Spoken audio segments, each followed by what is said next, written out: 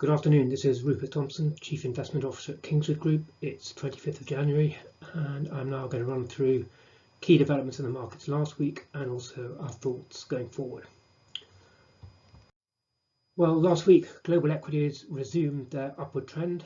They regained the losses of the previous week when they lost around 1%, and last week they're up around 1.5%. The positive mood was no doubt bolstered by President Biden's inauguration. This passed off without incident and undoubtedly heralds, a rather more predictable style of government, which many undoubtedly will be craving following the traumas of the last year. We've also got another large fiscal stimulus package on the cards, and also a much more coordinated and effective vaccine rollout. And together these were very likely behind the surprise rise in US business confidence which we saw in January. Well, despite a much faster vaccine rollout here in the UK than in the US or Europe, UK business confidence painted a much gloomier picture in January. Confidence fell unexpectedly sharply, although it has to be said it remains well above the lows seen last spring.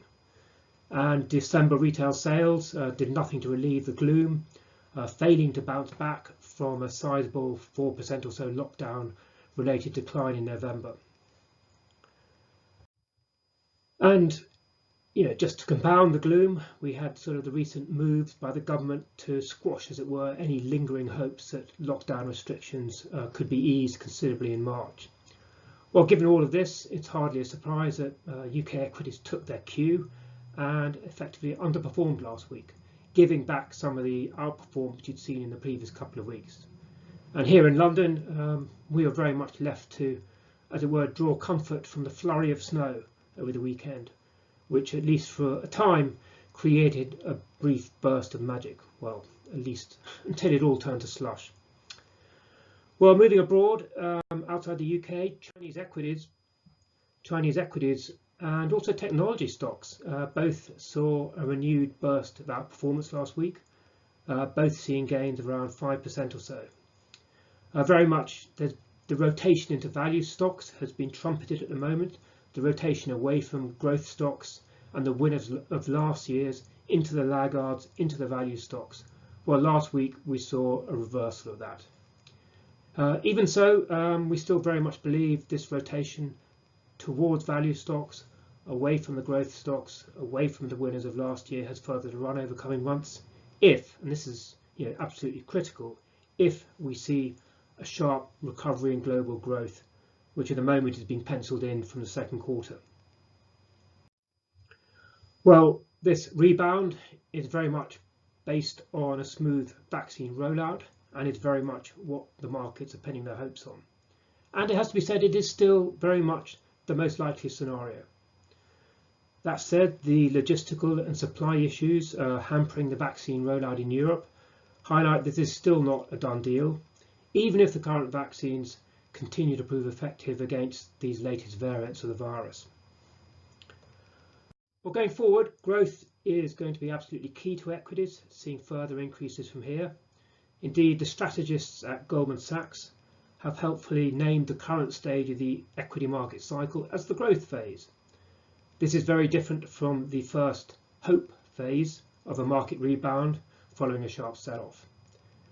This time, the first hope phase, as it were, lasted for less than 6 months, so it ended back in September, and was characterised by, as we all know, a very sharp rebound in equity prices, which was driven exclusively by a major re-rating in valuations.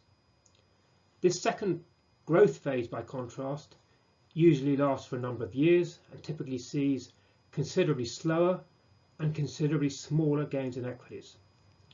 Earnings growth in this phase is the driving force and should more than offset a decline in valuations.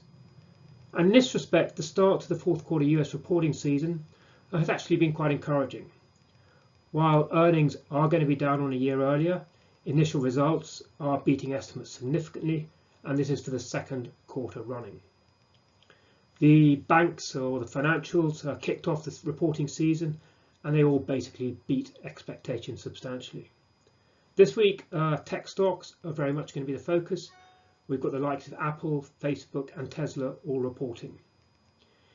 If we sort of look not just at the States but at the world overall, the consensus expectation is that global earnings are going to grow around 25 to 30% this year, basically recouping all of their decline last year and more.